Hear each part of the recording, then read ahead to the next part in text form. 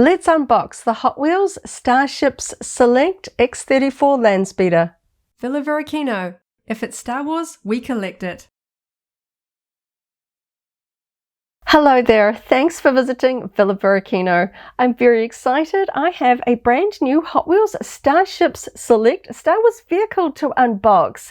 Here in New Zealand, we haven't seen any new Hot Wheels Starship Select vehicles for many months. I was really worried that local toy stores were no longer stocking the line, but lo and behold, a brand new wave arrived at our local farmers department store. There are 5 vehicles in the wave. We have 2 new ones, the Landspeeder and a prototype X-Wing, and 3 vehicles which are reissues of earlier vehicles. I do already have those 3 vehicles, so I just picked up the 2 new ones, and I'm very excited to finally have the iconic Landspeeder in this fantastic Hot Wheels line. It looks great in the packaging, but I really want to check out the details, so thank you so much for hanging out with me today. Coming up really soon, I'm going to take a closer look at the Landspeeder out of the packaging. We'll go over all of the details, but first let's take a really quick look at the packaging. The packaging used for the Hot Wheels Starships Select line has remained the same ever since the first wave. We've got an overall black and grey colour scheme.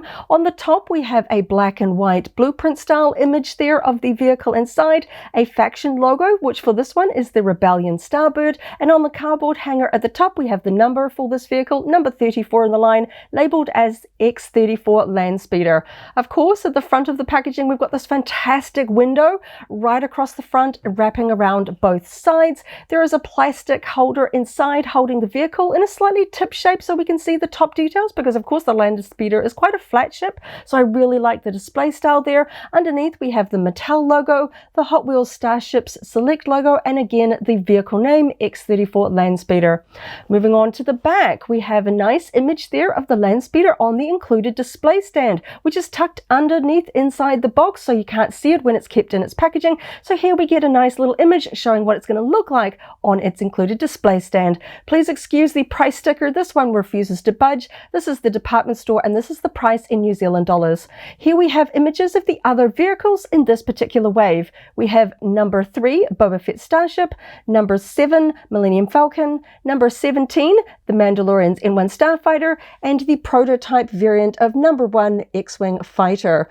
I have opened all of these 3 from their earlier releases, so I'll have those videos linked down below if you want to see those unboxings. We're going to be opening up this one today, and I will be opening up this one very shortly. I love the way that they are displayed in their boxes. They look fantastic, but I love to see them out on their display stands, so let's open it up. So now I have the Landspeeder out of the packaging, as well as the small box containing the display stand, which comes in 2 parts. Before I get stuck into the full review, just want to quickly show you the cardboard insert that was tucked in behind the Landspeeder. It's got a really fun black and white blueprint style artwork of the Star Wars ships in this particular wave assortment. You can see the Landspeeder in the middle and other iconic Star Wars ships like the X-Wing and Millennium Falcon. Really fun to cut out and keep if you are opening your packaging and discarding the rest of the box. That's always a fun little part to keep. So you can see I've got a ruler out because I know I want to see the size of this particular vehicle. I have it here set to inches first. We're going to try and line up that front as best we can. That is lining up pretty well with about 3.5 inches from the front to the base of the main body, extending a little bit over 4 inches when we include that 3rd engine there in the back. Flipping the ruler over very quickly into centimeters here. We'll just check this in metric. Just pretty much on 9 centimeters and a little bit over 10 including the engine there. If you are curious, Hot Wheels has also made a different version of the Landspeeder in their more standard sort of Hot Wheels cars line, but you can see that there is a big difference in size here. So if you have this one and are wondering if this one is worth the higher price tag, I think so. You can see that there is a lot of inaccuracies with this one, particularly in regards to the size and scale of the engines in relation to the rest of the vehicle, especially when you see these 2 side by side. I definitely like the color and proportions of these Starships Select ones. So I know this one is a lot cheaper, but I think it's worth the extra dollars for this one. So let's get stuck in and take a closer look. So one of the first things that I was really curious to see about this, having seen a few images online, was does it include wheels? And this one doesn't. There are a couple of vehicles that are a little bit more ground-based in the Star Wars Starships Select line, like the Sandcrawler. That one does actually have wheels. And of course, we also have the Walkers, the AT-80 and AT-ST. Those ones sit flat on a display stand. And I thought this one might be like the Jawa Sandcrawler because, of course, the actual in-world movie prop did actually have wheels underneath to kind of facilitate that hovering effect. But this one doesn't actually have wheels. So if you're hoping to kind of display this one without the stand, it's just going to sit flat there on the desk and look a little bit off. Thankfully, it does actually have a stand. It's going to have it sort of holding it up on a black display stand. So if you're hoping for clear wheels to kind of give it a hovering effect, this one sadly doesn't have that. But I have to say, I really love the display stands of the Hot Wheels Starships Select line. So personally, I'm kind of glad that this one has a display stand. It's going to match really nicely with the rest of my ships in the line. But this is just really cool. Of course, you know, when you see pictures online, you hope it holds up to seeing it in person. And this one looks fantastic. Now, for us here in New Zealand, the Landspeeder seems to be not too hard to find. Some stores had 2 and some had 4. So thankfully, I was able to see this one combined with a few others on the store shelf, and I was able to look over the paintwork. And I did notice a few differences. Generally, the Hot Wheels line is very consistent with the paintwork. Very, very nice. But I have to say, because it was packaged in this orientation, this particular engine was quite prominent in the packaging. And I was able to see 4 lined up, all by side. And I noticed that a couple did have some flaws, particularly on this part, which was quite prominent when it was in the packaging. A real shame if you like to keep your Hot Wheels vehicles in their boxes, because it was on such a light color section of the vehicle and it was so prominent. One had a splash of red from the other stronger red painting designs, and one had what looked to be like a splash in the paint where it had kind of eroded through the sort of cream beige color. But I also noticed that the weathering was a little bit different on some of the vehicles. Of course, there is a lot of sort of grey weathering on the front, sort of the nose section here, the bonnet of the vehicle. On some of the vehicles that I spotted, that sort of grey weathering extended a little bit further down the front here and was a little bit more prominent here, and also just the sort of the grime weathering was a little bit heavier on certain vehicles. I went one with a little bit of a mid-tone in terms of the weathering. Some were quite dirty, particularly around the engine areas. You can kind of see it a little bit here on the underside. So if you do have the opportunity to shop in store and compare, just watch out for a few of those sort of paint issues. It's generally pretty rare in my experience for the Hot Wheels line to have major paint flaws. So it was very unfortunate that I did actually spot a handful of the Landspeeders with just paint flaws that I wouldn't want for my display piece. But this one looks great. Now, of course, it is die cast, it's metal, and it has that really fun metal weight. We do have some plastic components, of course. This third engine protruding here from the back, you can kind of see where the plastic part is inserted in between the metal components there. And of course, we also have the clear plastic windscreen here and some plastic elements for inside the cockpit here. It's really nice that we've actually got full details there in 2 different plastic colors. We've sort of got a red color which matches the paintwork here quite nicely for sort of the center console there. And we also have gray for the seats, the steering wheel, and some of those other dashboard components in there. Doesn't appear to have any paintwork on the inside, but it is nice and tidy with those 2-tone colors. You can see that the console doesn't have any sort of buttons or anything painted like that. It would be very small and it would be very hard to see. Now, of course, this line doesn't include any figures, so we don't have any people to put in here. I'm not sure what line would best match this one. It's kind of a bit of a unique scale. Of course, it's not really in scale to themselves themselves, they're all just kind of about roughly the same size. So they line up very nicely, but they're not in scale to each other. And of course, you can see we've got 4 rivets here on the underside, attaching all of those metal and plastic components together. We've got 3 here along the back end and 1 towards the front there. And we've got the Hot Wheels and Lucasfilm stamps there on the underside. You can see the Hot Wheels flame logo and some of the text for this particular item model there. And we also have the plastic sort of little insert piece there, which is going to attach to the display stand. Overall, this looks really nice. And now there are so many little details. I just want to see how well the sort of symmetrical paintwork lines up. Sometimes when you sort of hold them upright, you can see how well the red lines kind of match, because you can see the red lines come over the actual sculpted lines. Die-cast vehicles always have those really distinctive sort of little grooves and lines highlighting the artwork there. Looking really nice. Everything looks pretty well lined up. We see that we've got a little gap with the beige meeting the red just over the line. Again, on this side, everything's looking nice and straight. Those cool sort of 70s style line work there. Very, very nice. We've got a little bit of dark gray, almost a black here for a little bit of the exposed engine, and of course we have a really nice metallic detail here for the very exposed engine here in the back. That looks very nice there. Of course, it's a little softer than if this was rendered in a plastic, but I do like the fact that it is metal. Of course, we do have these little metallic touches here on the back of the engines, and a little bit more of a flatter gray used for these panels here in the back. Because of course this one was packaged like this, I wasn't able to see the very small little paint chip here in the back, where you can see the red is just a little bit showing there, but that's not too bad. And of course, I'm probably not going to see that when it's on display. I was really happy, of course, to see that there isn't any significant damage or paintwork gone awry on the underside. Again, a package like this, it's always a little bit of a risk that there could be something significant on the underside. And you can see that the weathering actually extends to the underside as well. The whole ship, the whole vehicle just has this kind of grimy wash, which of course it does have. It's not a shiny ship. We can see that there is kind of a little bit of a motion to that weathering on the front. It's kind of dragged in this direction, which makes sense.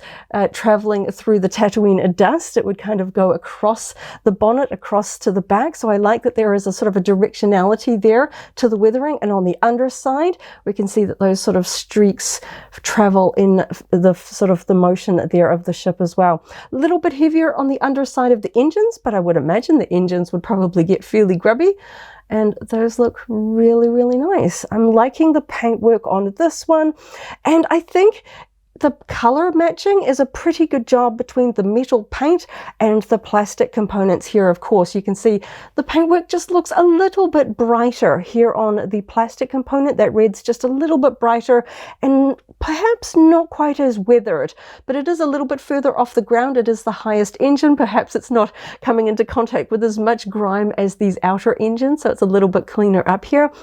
But the paintwork does look very nice and evenly applied and is a pretty good, generally overall match. You do kind of notice when you're looking at it that it is plastic and the rest of it is mostly metal. You do notice that this one is a little bit different, but it's not so much of a contrast in sort of the matte finish to the slightly glossier plastic. It doesn't immediately grab my eye. And we do have that across the Hot Wheels Starships Select line, the use of plastic components, because of course these are sold as children's toys. Some of them have plastic components, especially for safety reasons, those very tiny little laser cannons on X-Wings and the like.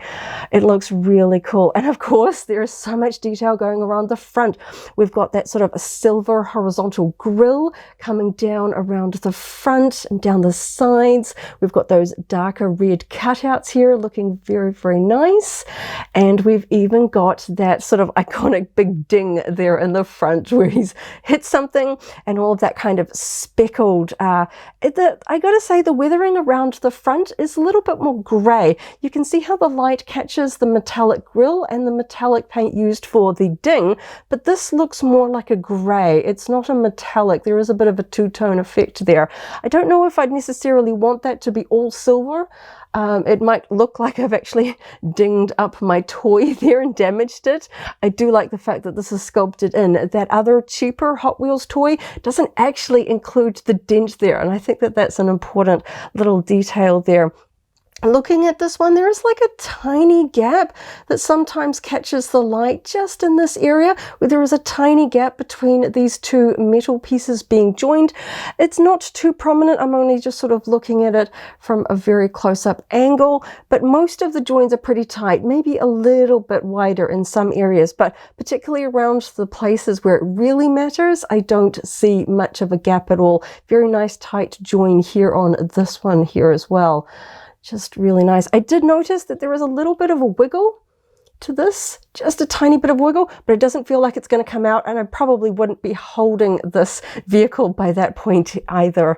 Very nice attachment, very nice and clean for the clear windshield here, which is quite interesting. I really love that they did this clear. If you have other vehicles from the lines, you know that they generally don't use clear plastic for the cockpits. For their smaller sort of scaled vehicles, they generally painted black so you can't see into the cockpit. But for the Landspeeder, because it's so open and doesn't close, I think it was really important that this was clear, and I really like that that is just so nice and clear, and it's just fitting in there very nicely. Perfect use for plastic in this component here. Looking really fun. The Landspeeder is just such an iconic A New Hope vehicle. A lot of people would have had the die-cast one from the 70s, the old Kenner action figure version one, and it's been done in so many different lines, but this looks really nice. I'm loving the paintwork on mine, and just the details and just the scale and proportions of it look really nice. The way that the sort of engines relate in terms of the scale with the rest of the vehicle are looking really, really cool. Okay, I'll get that ruler out of the way and let's get it onto the display stand. So we have this box which was tucked underneath the display window of the main packaging component. You can see that it includes two pieces here which we're going to connect together to form the display stand like the other ones in the line. This one is so cute and tiny though. If you have opened up any of the other Starship selections, you know it kind of looks a bit more like a wishbone, like a big Y. This one is kind of more like a little rainbow with that plastic attachment ball point here. And then of course we have the display plate here, all carefully wrapped up in tissue paper because it has some printing elements. This is a black plastic base, but we have this fantastic metallic silver printing with the faction logo, which for Luke Skywalker is the Rebellion Starbird symbol. And we also have the name for the ship, which is the X-34 Landspeeder. Across that front edge, we have two logos stamped into the plastic. We have the Star Wars logo and the Hot Wheels Flame logo there. So of course, we've got to connect these two together.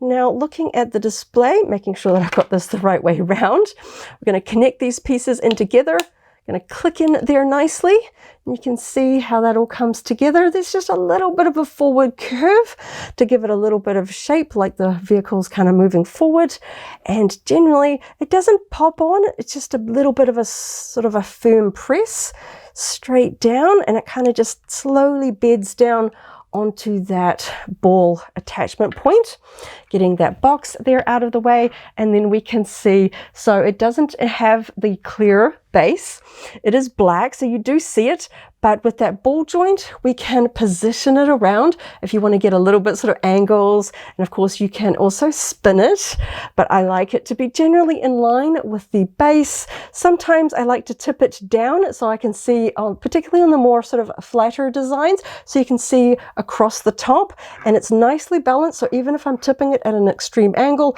it's not going to tip forward. I can tip it all the way back if I really want to as well. So that is really fun. This is going to be the shortest little display stand out of my collection of Hot Wheels Star Wars ships there. It's quite cute and little.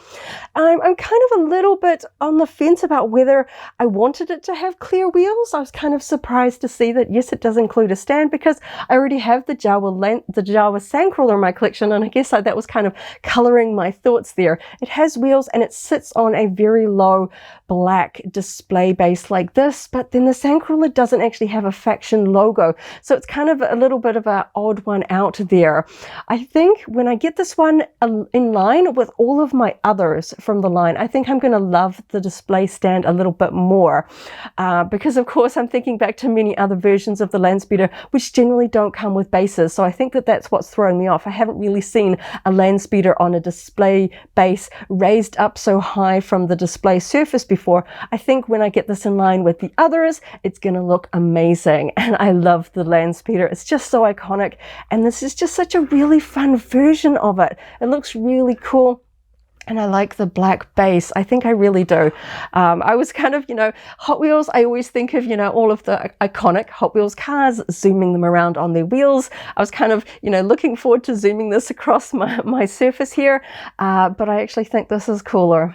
I don't have any kind of little figures to test in there. I'm sure that the Micro Machine characters are a little too small, and I think that this is a little bit out of scale for the competing line by Jazzwares, the Micro Galaxy Squadron figures. I think they might be not quite right, but I think just the sort of the clean display line that the Hot Wheels Starships Select are, they don't need figures. They just look awesome as a display vehicle. So if you just really want the iconic X-34 Landspeeder from A New Hope to put on your display shelf, your desk at work, or you just really want to put it somewhere where you can see it every day, this is a really good option.